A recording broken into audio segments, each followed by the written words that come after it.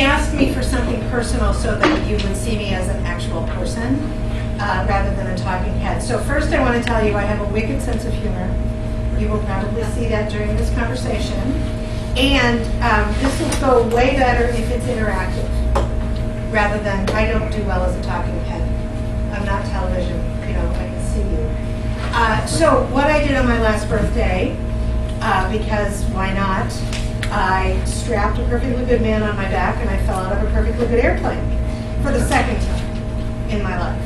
And when a friend that I had done it with 9 years ago when it was part of we had done an event for entrepreneurs, confronting risk and embracing fear. And part 2 was skydiving. Why not, right? So a bunch of us went skydiving. And the friend who had organized it 9 years ago said last summer, hey, I'm going to go skydiving again in November on the 2nd. Who's with me? And I went, I think, well, that's the day after I turn 65. Medicare will be in place. Sure, I'm in. And the people I worked with, their first thing was, please, Terry, tell us that all the computer files are backed up and somebody else has access to them. Really? Okay, but they're also the ones who texted and said, did you land in one piece? So that's what I did on my last birthday. The other thing I like to do for fun a lot is wine tasting. So, and in Virginia, it's a wonderful area to go. We've got hundreds of wineries in the Commonwealth, and it's a great land use, and everybody needs a hobby. So that's mine. Wine is a hobby. Now, time management. What do you think of when I say time management? What is time management? Remember, I said this will be interactive. Yes. Organization. Okay. Yep. Efficient use of time. Efficient use of time. What does that mean? Prioritization. Prioritization. Okay. To-do lists. To-do lists. Okay. Yes. Keep your mind from wandering when Good luck with that. Keep your mind from wandering when you're focused on something. Yes. outlines that you can put your schedule. Schedules. All of that is involved. The thing is, a lot of people talk about time management, and they're talking about taking your to-do list, prioritizing everything, scheduling everything, doing things. How many of you have ever made up your entire to-do list, worked out your schedule, and then ignored the entire thing? Okay, good. So it's not just that, right? It's actually, it involves making your plan.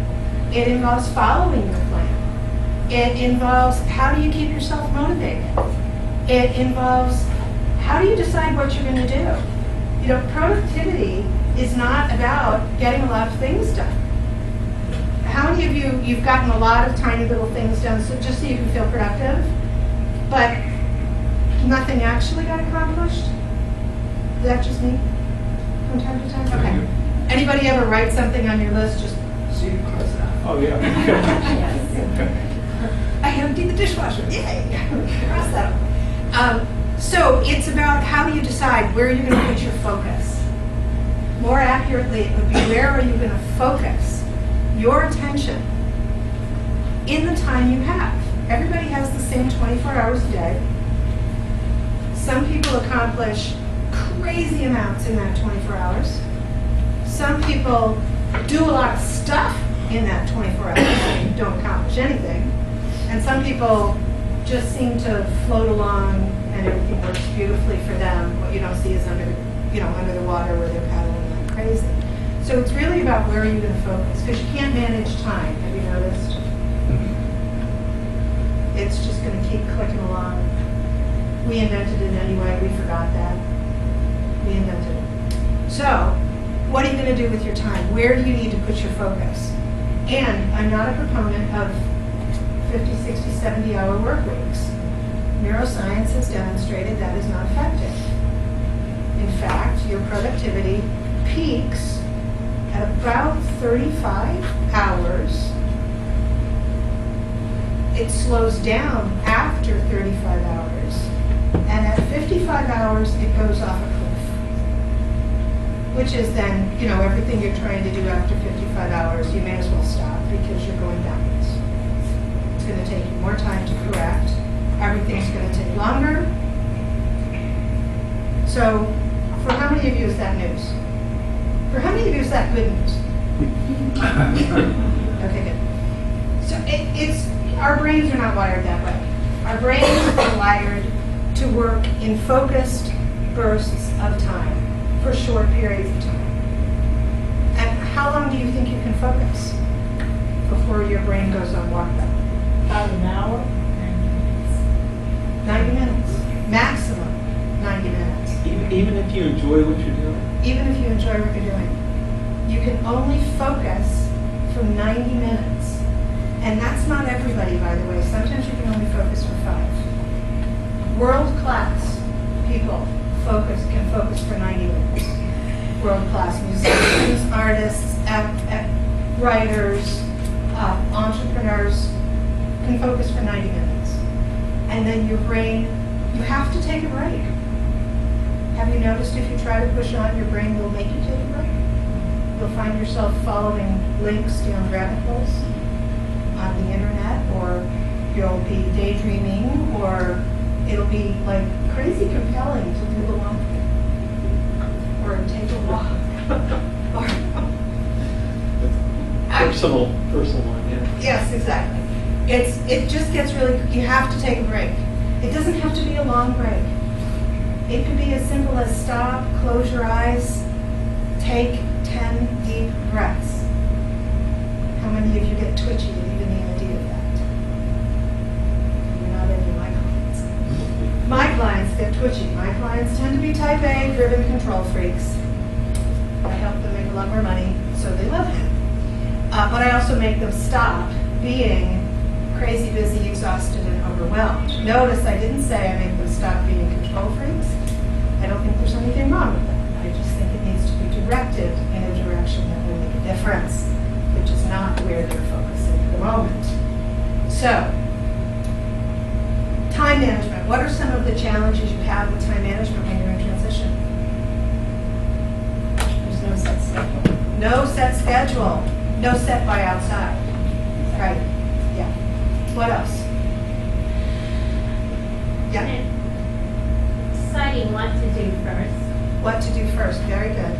Okay. Kate? Nobody's telling you what I have to concentrate on. I have to, this big massive mess, I just figure, pull everything out of it and figure it out myself. Nobody's on my back telling me what that should be, I have to do myself. Okay, good. That's probably why the courses that 40 Plus offer are so good, because they'll give you some guidance in that. Yes. And the other thing is, you often don't have immediate success. Whatever you're doing is usually a long-term thing. Yes. And it's a challenge to remain focused throughout that process until you actually get that big win, or whatever that satisfying thing that you're looking for actually happens. Yeah, very good. Anything else? Yeah. Feeling guilty about not doing what I should be doing. Oh, how many of you have that? Like if you take a break, if you take a day for yourself, or you do some self-care, you can hardly even enjoy it because you're feeling guilty about all the stuff you should be doing. Yes. When others find out you have all this free time, they find other things for you to do. Oh yeah, how many of you have lots of other people more than willing to fill up your day? Yes, exactly. So boundaries is another really, really key component of time management. Setting boundaries for yourself, setting boundaries for other people. You're looking confused. Do you not understand what I mean by boundaries? Boundaries could be deciding what are your job search hours. You know, if your current job is to find a job, what are your work hours for that?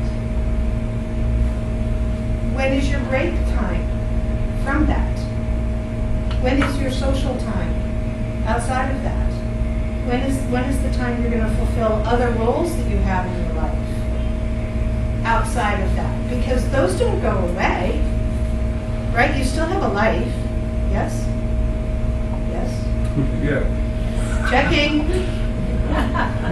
Checking. So you do still have a life. Boundaries. And have you noticed if you don't set and enforce boundaries, other people are more than happy to for you. And you won't necessarily like what they have in mind. Because their boundaries are going to be to serve them, not to serve you. Like all the people who have all the errands you can run since you have all this free time right now. Right? I have a colleague I've worked with for more than 35 years, and I swear to God, it took me about 15 years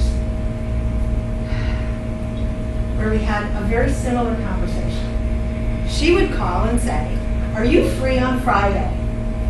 And I would say, "Let me check my schedule." "Yes, I am free on Friday."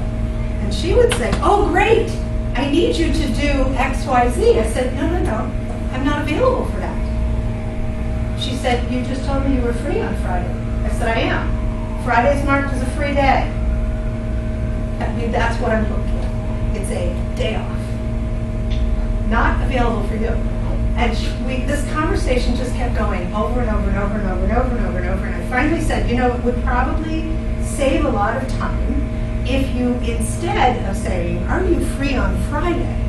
would say, "Are you available to work on XYZ project with me on Friday?" Much faster. Because then I can say yes or no. And you won't get frustrated because I just told you I'm free, which means in your mind I should be available. They don't mean the same thing at all. Right? Same thing when I've got people I'm working with and I'm trying to schedule a call, and I'll say, "Well, what's Monday like for you?" And they say, "Well, I'm taking the day off on Monday, so yeah, I can talk to you then." And my line of work, I'm like, "No, you can't. That's the day off. Let's look at another day. I'm going to honor your time off." So, what are your boundaries? What are the days you're going to devote to? The days or hours that you're going to devote to your job search, because it's not a full-time. What does full-time mean anyway? I was going to say it's not a full-time job, but what does full-time mean? What does full-time mean to you?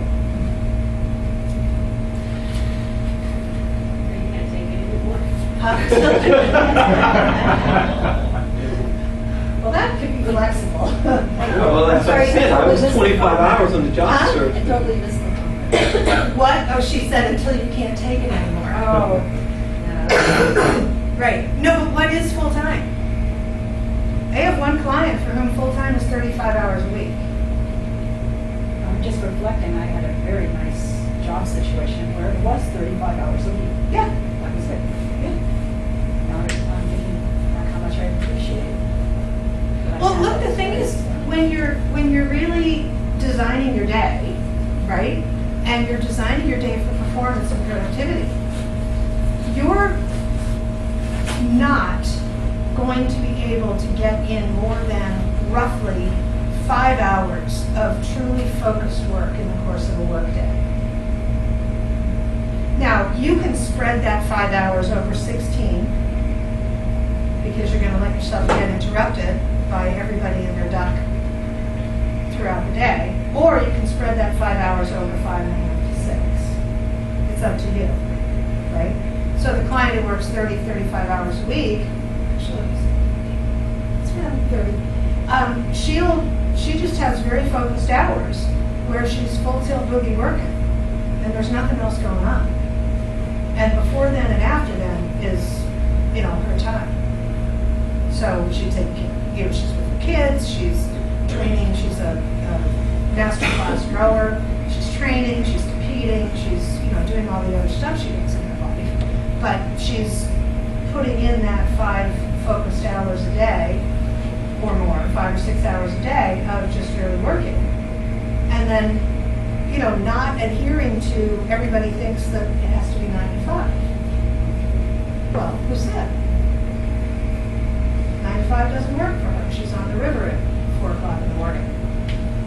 And then she was telling me one day, "I'm getting really tired in the middle of the afternoon." I said, "Okay, so you're on the river at 4, you finish your training at 5, 6 o'clock, you get home and you're doing breakfast with the kids, you get the kids off to school, you're not coming into the office till 10, why don't you just take a nap?" She said, "Why don't I just take a nap?" for me. I could take a nap. It was like during the workday. I said, you're the boss, take a nap. You know, but again, that's boundaries and thinking outside the box. It doesn't have to be 9 to 5 if 9 to 5 doesn't work for you. Does that make sense? Okay. So boundaries is a key thing. The plan. A lot of you mentioned the thing about, you know, there's no set schedule, or there's no set plan, or there's nobody telling you what to do. Well, this is where you get to really design for yourself. This is a lesson I learned back when I started my first company at 28. Nobody was telling me what to do or when to do it, except for me. And the first test was, did I have the discipline to actually do that? And I discovered, yes, I did. I liked it a lot. So what is it you're going to do? What are your hours? That's where you want to start. What are your working hours? And what are your not working hours? And by the way, the not working hours are just as important, if not more so, than the working hours. We have to refresh ourselves. We have to recharge. We have to rejuvenate. We have to do something that makes our heart sing. To get the oomph to keep at it day after day after day, whether you're working or in transition. You know, yeah. So I feel that a lot of my time gets very compartmentalized. Okay. Right? So I designate time every morning. I look at job sites. I do my LinkedIn stuff. I apply for things. And then I'm usually done for the day about 9:30. But what happens is I'll have a call scheduled for 2, or an interview scheduled for 10:30, or I'm coming to a workshop, or I'm going to a job fair. And so I feel that my day gets it shifts every day what I'm doing. So I feel that it's really hard to designate this is going to be my free time, because it won't be the same time every day. Right. It doesn't necessarily, we do like routine. So we do like if we can make it the same time every day, but it doesn't always work that way.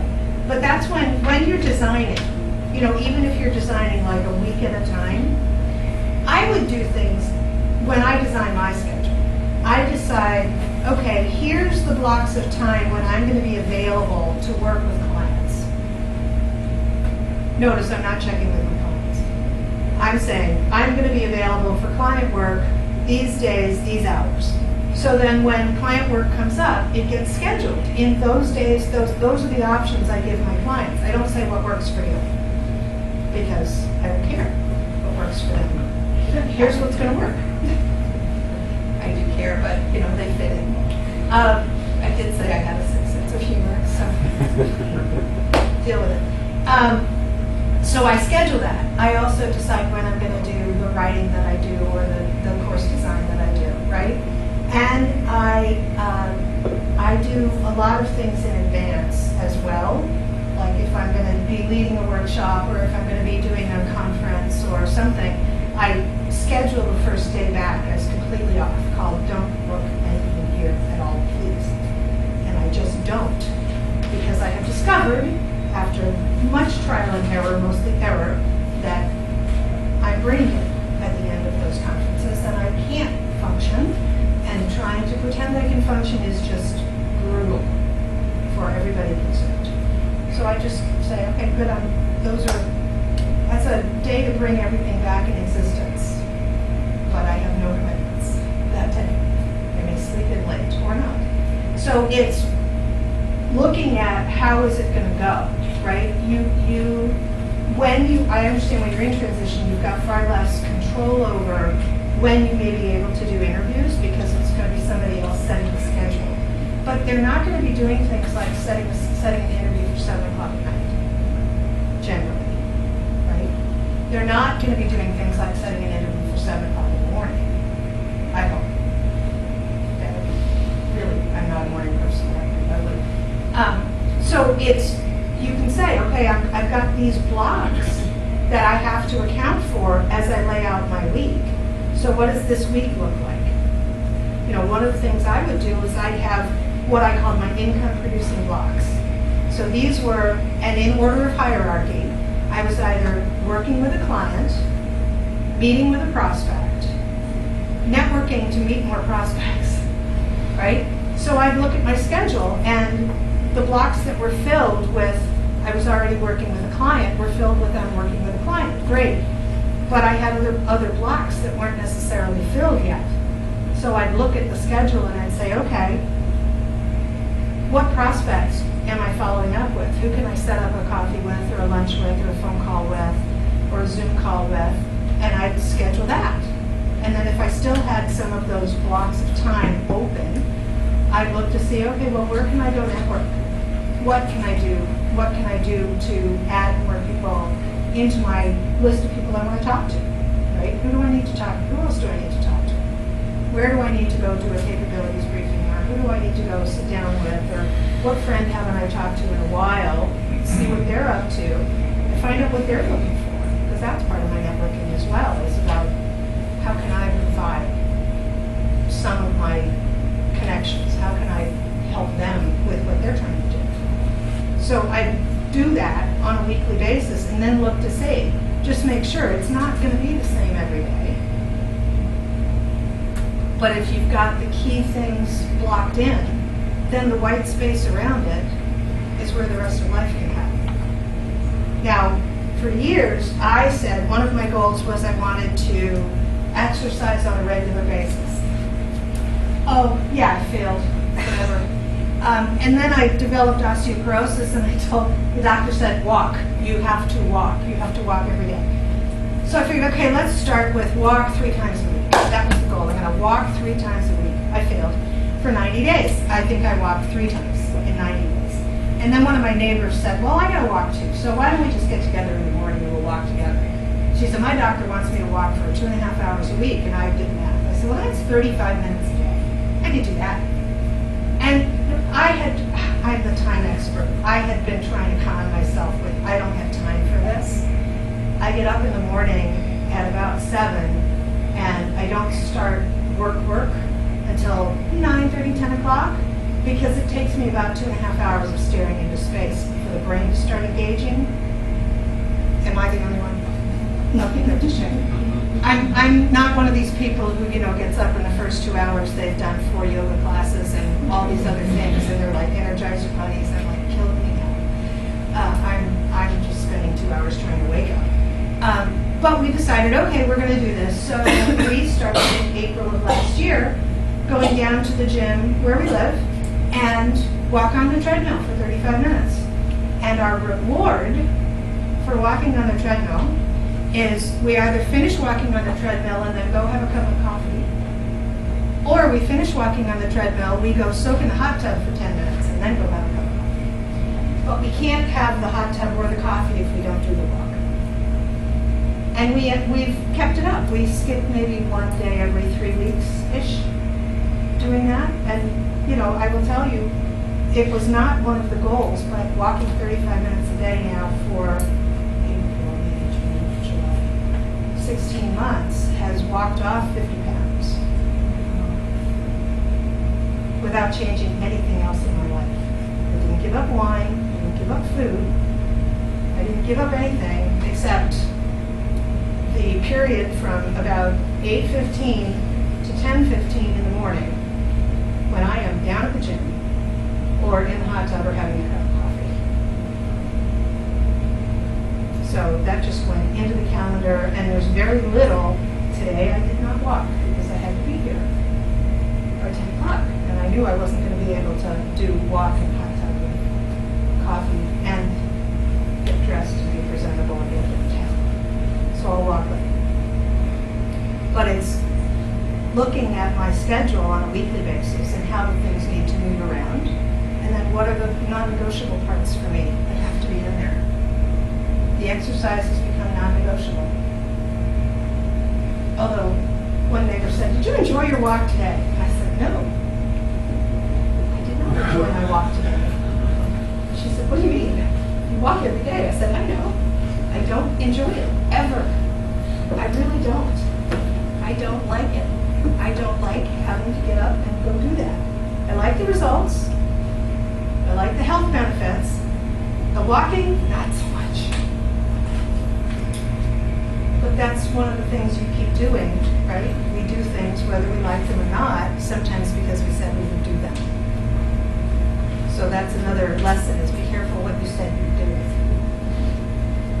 Because you want to keep your word to yourself and others. Don't say you're going to do something that you have no intention of doing.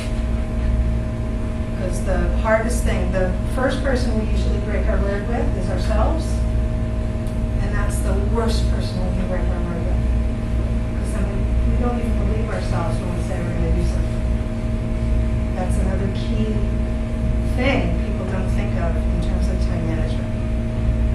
And you say you're going to do something, and you say when you're going to do it, and then you don't do it. And we usually justify it by saying, well, it's just me that I'm letting down. Yeah, it's just you're letting down, but you're the one you shouldn't ever let down. Is this making sense?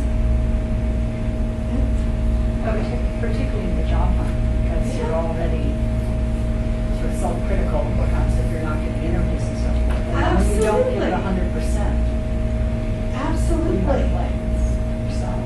Yeah, and sometimes you do give 100%, but you're so busy listening to the should be something else that you're not even giving yourself credit for the 100%. Like you mentioned, some you in the morning you'll do your LinkedIn work and you do your job search, the different sites you go to, and you do the different activities that are key to do, and then you're done. Well, do you let yourself then enjoy the rest of the day? Or do you try to do other things during the day, but you've got this Radio San Juan going on in the background telling you, well, you should be going to more sites, you should be sending out more letters, you should be making more phone calls. Or I'm the only one who ever listens to that radio station? Come on. Half of my job is business development. If I don't talk to people, I don't get clients. I'm an introvert. I don't like talking to people. Much. Often. At all. Sometimes. But I set up something like, okay, I took one client from 20 million in real estate to 60 million in real estate during the recession. Now, she always tracked her numbers. So she knew how many people she needed to talk to generate a referral, how many referrals she needed to generate to get an active client, how many active clients, buyers or sellers, she needed to work with to sell a house. So one day she said, after we'd been working together, I'd already taken her to like 30 million, and she said, I think I can do 40 million next year. Help me plan it. So we sat down and we laid it out. And it came down to, the one activity that she has 100% control over, and it's exactly the same activity you all have 100% control over in your job search. And that's making connections, talking to people. It came down for her to do $40 million. She was going to have to talk to 5 people a day, 4 days a week, 3 weeks a month, 10 months a year. So no, it's not every day. Do you know how long it takes to talk to 5 people? To make 5 phone calls? I mean, do you actually know how long it takes to make 5 phone calls? I imagine 2 hours. if you get a hold of them and how much free time they have. Well, that would be what stops a lot of people. I was in a training course where we were committed, we were told we had to make 40 phone calls a week. We had to document the calls, and we had to turn in our sheet before our training call each week. And the first week we didn't make our 40 calls, we were put on a warning. The second week we didn't make our 40 calls, we were kicked out of the course with no refund, and it was not a cheap course. It takes about 5 minutes to make 5 phone calls. Now, remember, I'm not making a call to get into a big, long conversation. I'm making a call to set up a meeting. Hey, I'm calling to see if you're available to meet next Tuesday at 3 or 5. Will one of those times work for you? Great. See you then. And if they want to find out, blah, blah, blah, it's like, I'm sorry, I'm on the deadline, I gotta run. I'll go over, I'll send some stuff ahead and blah, blah. And then the next call, okay, I've got 30 minutes booked for this next kind of a call. So I'm only gonna take 30 minutes of your time, let's schedule 30 minutes, and we'll do it then. I never assume people are available when I call. They're usually busy. I don't answer the phone when it rings, unless it's a client who has paid me to answer the phone when they call, and I'm available. I don't answer the call if it's not scheduled. The phone is there for my use. That's a radical approach. It's really lovely. Voicemail's there for a reason. Yeah. Who are you making the calls to? Like, how do you find out the people you're calling? Oh, that's if I've either mined my LinkedIn contacts, or I've done some research on some companies that I'm reaching out to, that I'm, looking at going in to do some workshops for. So I'll just make a quick call to whoever it is. I've done the research, so I know who books trainers, who books speakers, etc. If I'm just prospecting for one-on-one clients, I'll be doing follow-up calls with people that I've met at various and sundry networking events.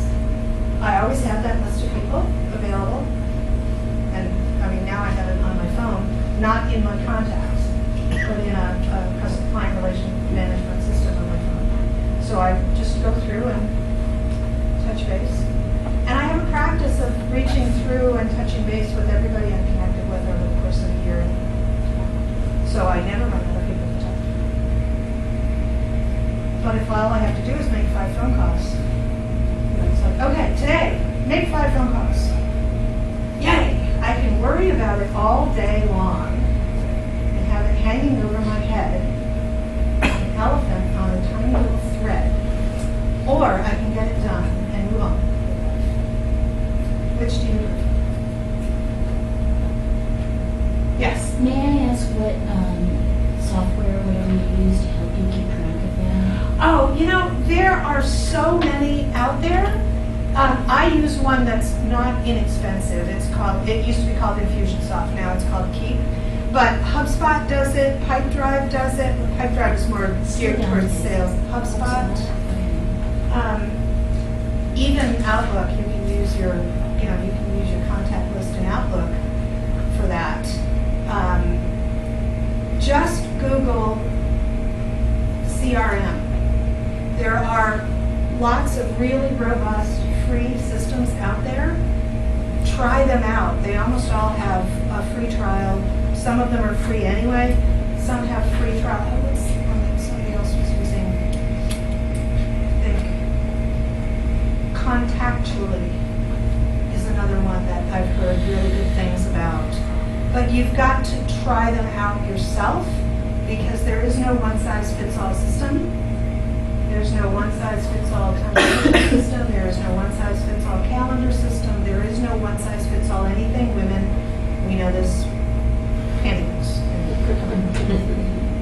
One-size-fits-all what exactly?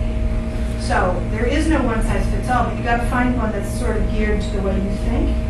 The one that works is the one that you actually will use.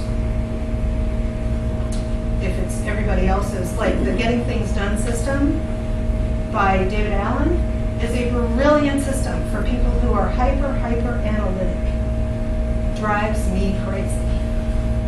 I can't deal with it. And the bullet journal system that I see on YouTube where it's all this color coding and it's beautiful and it's pretty. I'm like, yeah, I'm not going to be doing that either.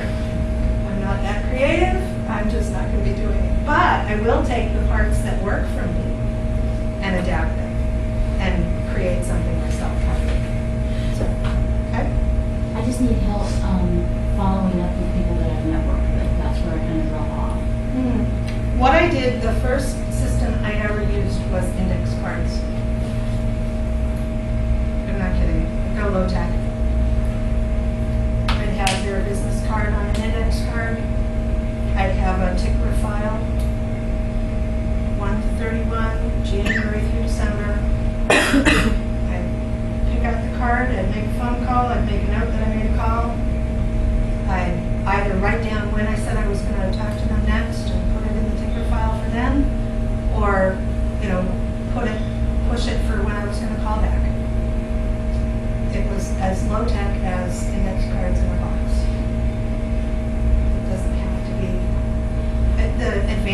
have something that you can have, that's digital, is you can carry it around on your phone, so you always have it available, but it doesn't have to be very involved. You're welcome. Yeah. You were talking about making your plan and you said working hours. And then we talked about a lot of other stuff. What would be another part of, the next part of making your plan for the time management? When I work with my clients on designing their ideal week, for example, we put in things into the plan and calendar like a day off.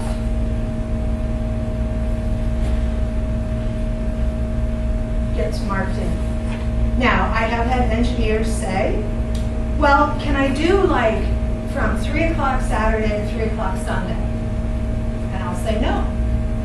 And they say, why? I say, because it doesn't work. I know, I've done it, it doesn't work. You can't do that. A day off means from, say, when you go to bed Friday night to when you wake up Sunday morning. Day off. How did I discover this? Because I worked 35 days straight without a break, and I was getting very, very cranky. Not good for people in my life when I'm very, very cranky. And I was cranky just because I hadn't had any downtime. And I realized, oh, I need a day off. Well, my schedule was such, I said, okay, I'm going to take Saturdays. And I blocked out Saturdays. But then I discovered quickly that what I was doing instead on Saturdays was laundry, groceries, errands, chores. Well, this is not a day off. This is a day for chores. I need a day off. So I blocked another day.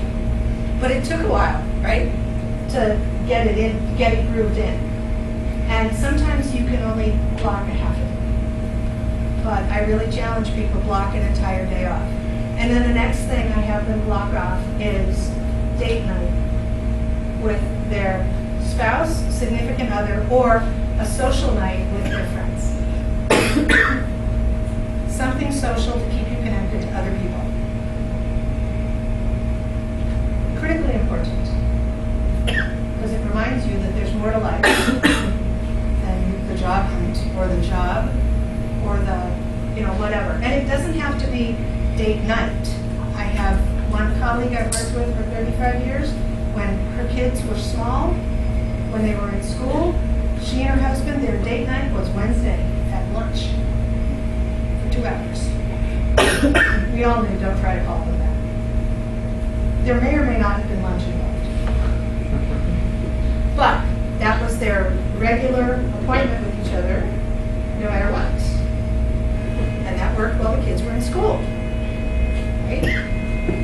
That just worked with your schedule. So just look to see what is it for you. And schedule it. It doesn't have to be every week either. By the way, it could be like once a month you go to the movies with friends.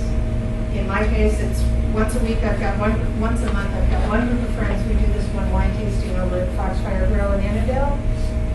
And another time there's another group of friends where we may go out of town to a winery and do something there. Or we went to see the Bacon Brothers at the Birchmere last week. Highly recommended, by the way. Yes. Do you find this is this plan is an iterative process that you're going to refine it over time? Always. I am reviewing my ideal week every quarter. See what's shifted, what needs to move around. Sometimes it says, do you need you've got some water? Okay, cute. Just checking. I know it's terrible when you get a tickle. Yes, it's always being refined, it's always being revised. I revise it, I review it every quarter myself. What do I set my weeks up for? What does it look like? Is it still working? What needs to shift? What are some adjustments that you've made? Well, let's see.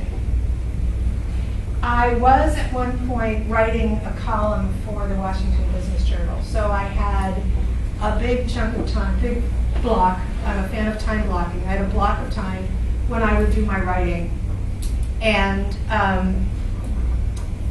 that stayed when I finished the stint, the 2-year stint as a guest columnist for the Washington Business Journal. It stayed, but I use the time now for writing content for programs that I'm doing or workshops that I'm delivering or speeches that I'm giving, or I just am thinking, doing a lot of reading, That goes in there. That's the other thing. How many of you multitasking? Think you're great at multitasking? How many of you know that was a trick question? Yes, that's a trick question. The only multitasking I do is when I am down walking every morning, I am listening to a business book on Audible for the 35 minutes. That has had me get through about 26 books in the last year, because I don't, if I lose track, I can rewind. But I'm getting all my reading done by listening to usually the authors talking to the book. So that's my idea of multitasking. I can't walk and chew gum. It just... One of my problems is that I call myself a streaky worker. Like, I will have a period where I'm just on for this particular type of work, and then, another time it'll be this type of work. Yeah. But I don't know how to schedule something like that, because what that thing might be that I'm in the mood for, feel motivated for, changes over time. How do you block that into your calendar? Well, maybe you just get broader categories. So income producing activity, for example, versus administrative activity, right? The fulfillment. There's the sales and then there's the fulfillment. I'm only ever making money when I'm selling. I'm not making money when I'm delivering what I sold. I'm getting paid to deliver, but I'm not making money. So it's, what am I doing to generate, right?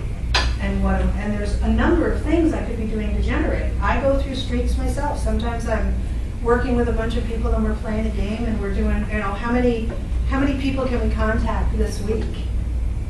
So everybody's playing this crazy game and we're popping on and off a Zoom call all day long with, hey, I got out 8 emails to these companies, and oh my God, I've already heard back from somebody who wants to book me. Holy crow. Like that. So it's just, we play games. I'll do things sometimes where it's, can I front load 100 phone calls the first week of the month? And then spend the rest of the month, and however much longer it takes, fulfilling on the meetings that I've set up out of 100 phone calls. Because if I make 100 phone calls, I'm probably going to set up about 30 meetings. Roughly. So yeah, Are this with Jumps new back. people or both? Both. Because I was going to say that's a high percentage of success rate for sales. That's just the meetings, that's not the sales. Okay. That's just my conversion rate for the phone. The inviting people to a meeting, I have about a 30% conversion rate. My conversion rate for sales is about 50%. But I've been doing what I'm doing for a long time. So, a lot of practice. And no fear And a of lot not. of referrals, I would imagine, because if you're getting those kind of percentages, you're getting referrals versus cold calling. I do virtually no cold calling at all. So the coldest I do is people I've just met networking. So,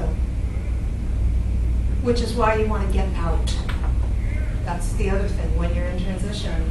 Networking is critical. And it's building your network. I just read a book, The Go-Getter, and he describes network as, these are the people who are your walking ambassadors. This is not the way a lot of us think of networking of, I've got to get out and meet people so I can find more people to sell to. No, just go out and develop relationships with people. You never know who they know. And you never know where that next connection is going to take you. But if you don't make the connection and you don't get to know the person a little bit, then you never know. When I started networking, when I started this business, I said I'm an introvert. I really am. It's torture for me to go out and into a group of people that I don't know. It's torture. I deal with it now by speaking. I deal with it by taking on a volunteer position and having something to do. But I was also, when I was part of a Business Networking International B&I group, I would listen to what everybody else in my chapter was looking for. Who were they looking for? What kind of people did they need to meet? What kind of businesses did they want to connect with? And when I was out networking, I was listening for that. Who can I find that I can introduce to Sally? Who can I find that I can introduce to David? That was how I coped in networking. Now, when you start operating like that, you develop a reputation of a connector.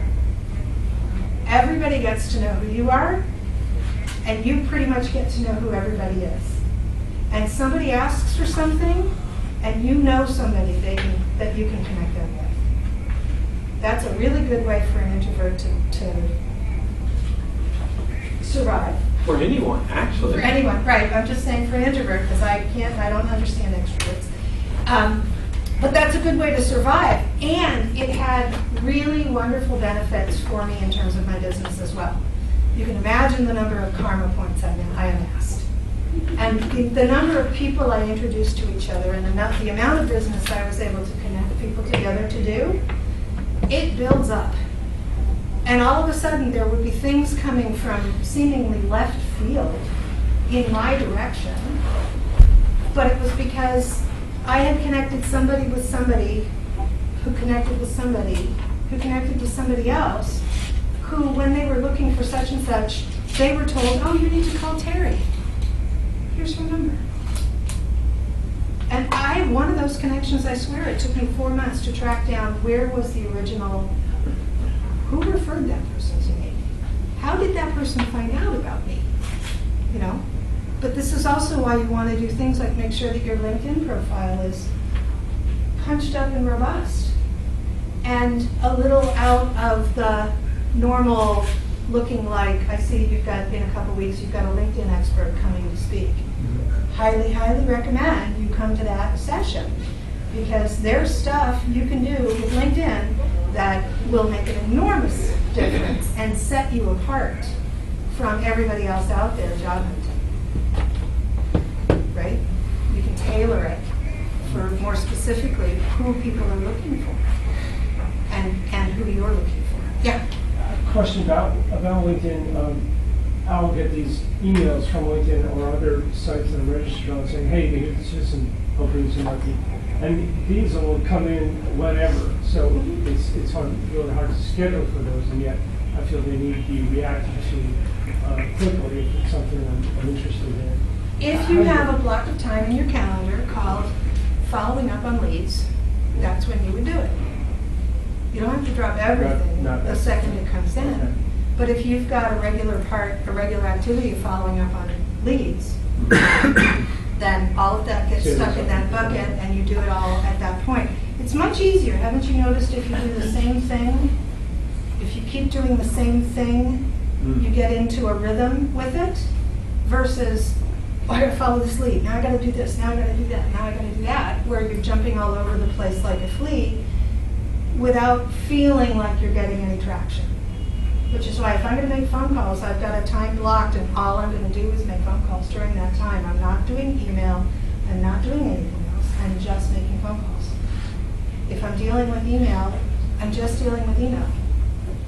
If I'm writing a course or working on a module for a program, I'm just doing that for that block of time. And the block of time, back to the beginning, is going to be no more than 90 minutes before I take a break. Questions? What are some of the other challenges or questions from what I've said? I saw one of your blog posts on your article on your website about scheduling time to do things specifically rather than a to-do list. Like, yes. Because things don't necessarily get off the to-do list, but they get added. More things get added on top of the to-do list, and and then suddenly I see a week later that something I wanted to do that was important. I actually missed that opportunity. So about like. How much do you schedule every hour? I mean, no. I mean, I'm not saying it's a bad thing. No. I know. It's not a bad thing. No, I don't schedule every hour. That is, I have done that in the past and then realized I forgot to do things like schedule time to go to the bathroom. When I had 8 hours of phone calls back to back to back to back to back. That was not smart at all because I won't take the phone into the bathroom. But despite other people who I know do that. anything that I am going to do does get scheduled in time. It gets blocked. There's either a block of time set aside for that type of work, and it gets put in there. There's very little that just shows up on my to-do list that's not, I haven't already estimated how long is it going to take, and I haven't decided when actually is it going to get done. Because if I can't find out when is this going to get done, it's not going to get done by me. And I'm not going to kid myself. I'm not going to leave it hanging out on my to-do list. I'm going to not do it. I do have a list called I'm not doing this. Keeps my brain from going completely crazy. It's like, oh yeah, I'm not doing that. It's fine. And anybody who needs to know about it knows I'm just not doing it, so they're not expecting me to either. What kind of things do you put on that? Things that people ask Things that you? aren't mine to do. Things that are not mine to do. I may be really, really good at it, but it's not mine to do. You know, my bookkeeping, not doing it. I'm paying somebody who knows what they're doing. I'm not doing it. I'm focused on the things that are the most important activities for me to do in every domain of my life. I'm not focused on the rest. Now, I do my laundry right now. I have somebody else clean my condo. I'm perfectly capable of cleaning my condo. I'm just also perfectly clear I'm not going to be doing it. Other than, you know, keeping it reasonably tidy in between when she comes. That's one little indulgence for me. You know, I am the one who goes down and walks on the treadmill. I have not figured out how to delegate that. There are some things you can't delegate. You have to do them yourself. But a lot of the rest of it you can. Part of how I took the real estate agent from 20 to 60 million was we identified 3 things that she does. She develops relationships with people, she negotiates contracts, and she plays with her children. Everything else, pretty much. Well, she has date nights with her husband because he's a cutie. But everything else, we have other people doing because she sucks at it. I told her. So you offsource those things that are your weaknesses, Outsource those things that are not your area of expertise. or that you like, I would presume. No, there are some things I really like that I've had to outsource because they're not a good use of my time. Could you give examples of that? Yeah, I canceled cable TV back in 2016. No, I take it back, in 2009. I got rid of my cable TV.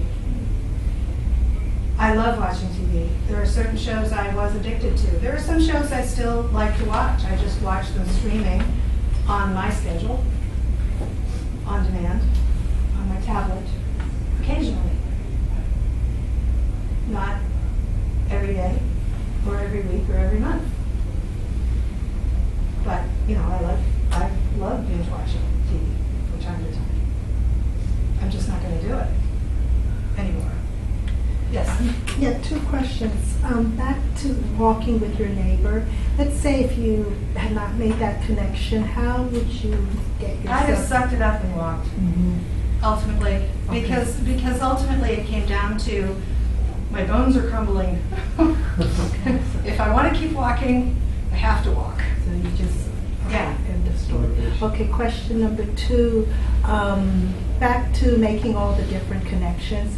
How do you manage not getting overwhelmed by all this positive karma and feedback and wonderful people that you're helping connect? And it can It's get not as over- much of a tsunami as you would think. Okay. For one. 2, I'm grateful, really. Mhm. I mean, I've got way more available time than most people can comprehend. Mostly because of the boundaries I've set and the way that I've set up my work. I will work very focused in bursts, and then I will not. I have a practice right now. We've got some neighbors. I live in a beautiful resort type area over in Alexandria, and it's 44 acres of park on our property, and we have a group of people who will get together around 4 o'clock in the afternoon on the lower terrace for a glass of wine. Better believe I'm not doing calls at 4 o'clock. I will be down there having a glass of wine. My neighbors. Yes. Just to speak, I'm a walker, so the best thing I did was I got a treadmill. I watch my shows or whatever I want to while I'm walking, which is typically like a sports game. Like I might watch like a football game, but I'm not going to be a couch potato. I'm actually going to be walking during that game. And that's how and that's really, really worked out for me, because it's sort of like a, I don't know, I don't feel guilty about watching the game or watching the television, because I feel like, it's the one thing I multitask at, Because, that's why I listen to the books while I'm on. Yeah, because, and it's my downtime, because when I'm on the treadmill, people don't bother me, usually. Set it up so it doesn't work on that treadmill. Well, that would be really nice. I generate the energy. Yeah. You have to generate the electricity. Yes. Sorry. Her and then you. Go ahead. I never owned a car in my life, and I've lived in downtown DC since the 70s, so I got a lot of walking done on an ad hoc, almost spontaneous basis. What fascinated me about your current topic of time management was I tend to be a person who likes spontaneity and considers herself to be very intuitive in nature. So how would I combine those two qualities into blocking time? I found that creating some structure around my schedule allowed for a lot of spontaneity. In fact, the more structure I had around what was important in my life, which is what my schedule is built on, is what's important to me in my life, not what's important to everybody else, what's important to me. That allows me to focus on what's important, deliver on what's important to me, and be spontaneous. I can say to a friend, hey, do you want, when she says, do you want to go down, do you want to go out to West Virginia for a 3-day weekend? I'll just look at my calendar. I'll look and see, what do I have planned? Do I need to move anything around, or will I have accomplished what I want to accomplish to be able to say, yeah, sure, let's go, right? So I don't structure every minute of every day. I have structure around what's important. The rest of it is white space for the rest of life. Does that answer your question? Yes, it does. Thank you very much. You're very welcome.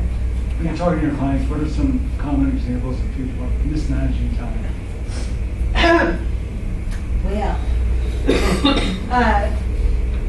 Doing somebody else's job. I had one client was late for a phone call. Now, you can imagine, I'm a time expert. Being late to a scheduled call, not a great way to go. And I said, why are you late? And she said, well, I was putting out signs. I said, what? I was putting out signs for the open house. Okay. Why were you putting out the signs for the open house? Well, because we have an open house. I said, no. Why were you putting out signs for the open house? Because this took several hours. Right?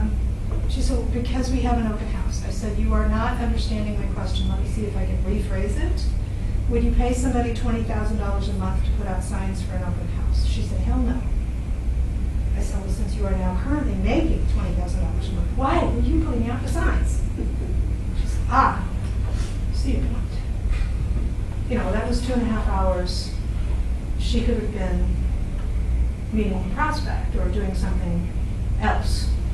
So we quickly found somebody who would manage the inventory of signs, put them out, take them up for maybe $200 a month. It was not hard. So it's really when they're doing somebody else's job. When I have an executive who is stressing about, as one consultant I'm working with, and she's probably going to do $500,000 this year. And she had a new client, and there was somebody they had given her to work with who was supposed to be handling admin on their end, and the person wasn't doing it. And my client started picking up the slack, and I said, well, you have to stop that. You're not being paid to do the admin work. You're the consultant. And she said, well, they want me to get her sorted out. I said, no. It's not going that way.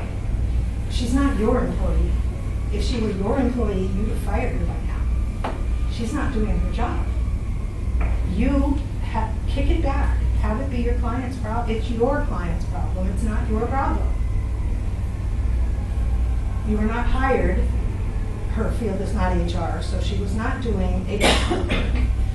You're not going to fix their problem, and don't let it be your problem. So it's really looking at, but first you've got to really identify what are the key things that you need to be focused on. And anything else you have to look at. Is this getting me closer to a goal I've set for myself? Yes or no? If the answer is yes, do it. If the answer is no, don't do it. Yeah. Question. I always try to do the most unpleasant thing first, and yet I also exercise daily, and which I enjoy, but that really has to be first because I don't feel like doing it later. I don't have as much energy, so I have kind of a conflict with that. I'd like to do You have to work with your body's energy, your body and your mind's energy. So, the eat the frog, right? Do the most unpleasant thing first. Sometimes that works, sometimes not so much. It's more like how much time are you going to be losing to worrying about that you're not doing this, letting it hang over you all day, versus just get it done and move on, right? Right. Because you'll spend 5, 6, 7 times as much time worrying about not doing it and beating yourself up for not doing it as the thing itself will take. So. Yeah, I agree. Yeah. Other questions? Yes. Yeah, I just want to reinforce your comments about taking that day off for yourself. Okay, when you're going through a transition, I think it's very important to make that list of all the activities that you would like to accomplish while you're going through this period of time. The reason I'm saying that, as an employment manager, and when I hired people that had been out of work for a certain amount of time, and when I had to explain the benefits package to them, and their realization immediately was, I don't have any time to take off to maybe go to the museum or do some of the things that I wish I had done when I was available. So I think, and you're rewarding yourself by doing this. You're working hard during this transition period to create a job search plan, but you need to take that time off and reward yourself. It's very, very important, because when you get back into the work world, it's their time now, in the sense of, Some of it is yeah, but you're committed. You have to be there at 8 o'clock or 9 o'clock, and you have to work till 5 or whatever, and you don't have the luxury of taking some time off and going to see the exhibit at the National Gallery. So I think it's just important to really focus on that part of your plans for the job search. Yep. Very good. Okay, so was this useful? I want to hear from a couple of you. What are you going to take away that'll make a difference? Yes. I'm going to start saying doable. That's very good. That's a good word. Yes. I want to piggyback on that. I like when you said setting your own boundaries. So that's one thing. I tend not to say no, like, okay, well, I can do it, I do it. And then it's kind of like I ain't have too much time to do what I wanted to do, so I like it. Very good. Anybody else? Made me really conscious of how important it is to network with others and follow up with others. Yeah, and get to know people. Just really get to know people. You have no idea who they know, who they know, what they think of. When you become a person, It stops being transactional. Too much networking, I think, is handled like it's a transaction, or you're keeping score, and that doesn't necessarily work. The other reason to take time off and take time for yourself, even when you are back in the workforce, you need that time to recharge. You need that time to recharge. You need that time to be a whole person. You're not just a lawyer. You're not just an insurance agent. You're not just a mom. You're not just a dad. You're not just a whatever you're labeling yourself as. You are a whole person with all kinds of wackadoodle interests. And I was working with some people on a conference, and they said, "Can you jump on the phone with us? Jump on Zoom with us. We need you for an hour." I said, "Sure." 3 hours later, I said, "Okay, guys, I am going to have to leave now. I have plans." They said, "Wait, what? You have plans?" "Yes, I have plans. I have plans. You asked me for an hour. I've given you 3, and I now need to go get ready for my evening. What are you going to do?" And I actually said, "I am going to a lecture on the divine feline in ancient Egypt."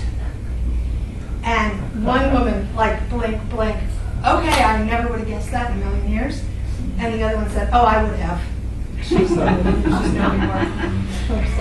Of course you're going to go on a lecture for ancient Egypt. Why not? Doesn't everybody? Right? But it didn't fit what they knew about me, right? But it's just called, hey, it's kind of interesting. Why not? Yeah. So find those interesting things for yourself. The things that make you happy for no reason. My takeaway is I'm going to try a list of things I'm not doing, because when I'm feeling overwhelmed by all the things that I'm thinking of, I need to do, and forgetting some of them, maybe that'll help. Yeah, Some very things good. on there. I often have my clients do a mind dump of everything that's running around their head that needs to be done. And then we go through and we look at, well, do you need to be the one to do that? Really? It just need to be thought about. Does it even need to be done? Does it need to be done this week? Right. Sometimes you're just thinking of something you need to do for next month. But it's in your head. So the more you can get it out of your head, down onto a piece of paper, the more you have room to think. Okay? Yes? I think I will try to, you've mentioned several times scheduling blocks of time. So, and unless I misunderstood it, it's contrasted to lists of things. Correct. And I think that there's some leaks in my time management game by doing things on lists rather than in blocks of time. There's a lot of leaks. leaks. It's just when you're switching tasks, there's documented leaks of how much time it takes when you're switching tasks. And there's an Back awful and lot of, forth. as you mentioned, in transition, there's a lot of this taking your point about you make your schedule and fit things into it, but when you're in transition, you often can't control some of that. And so you get this sort of disjointed day, where in the day, okay, I'm spending 5 hours, but it's not 5 continuous hours. Or it's not even 5 hours that I've set up. It's in these little bits through the day, and there is a lot of jumping. Yeah, but that's where you can take a larger view and look to see, okay, if I've got this kind of a disjointed day, here's a radical thought. I'm going to block out tomorrow morning, and I'm not taking anything tomorrow morning. Right. Even if the best thing comes up, I'm not taking it tomorrow morning. Oh, I'm so sorry, I'm not available for a meeting at 10. I'm free after 1 or on Thursday. Could that work? A lot of times we think